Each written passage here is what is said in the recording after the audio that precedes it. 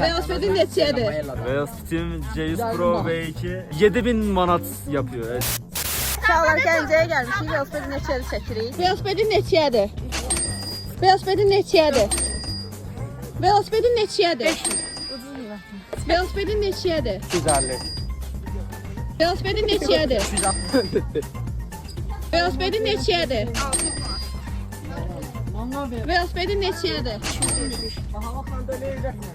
Velosipedin neçədir? 80 manat. Səninki neçədir? 90.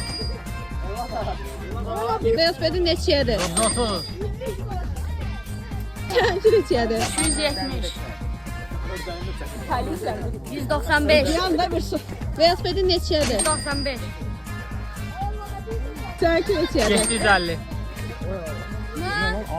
Velosipedin neçədir? 160.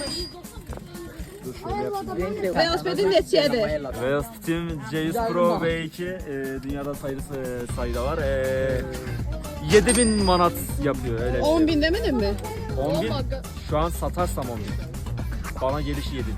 Velosipedin neçədir? Velosipedin neçədir? 230. Velosipedin neçədir? 200 manat. Velosipedin neçədir? 758 Velosipedin neçədir? 250 manat. 250 manat. Diyan. Velosipedin neçədir? 250 manat. 50 manata bunlar. Ben de kaldım ben de. Velosipedin neçədir?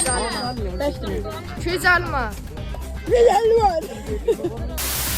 Velosipedin neçədir? Elə bir biraz pülədir axı. Mən velosipedimdir. Velosipedin neçədir? Velosipedim 1500'dür. Belə də üstünə 350 manat pul qoymuşam. Üstə gəldi 5000 pul qoymuşam. İndi özünüz hesablayın orada.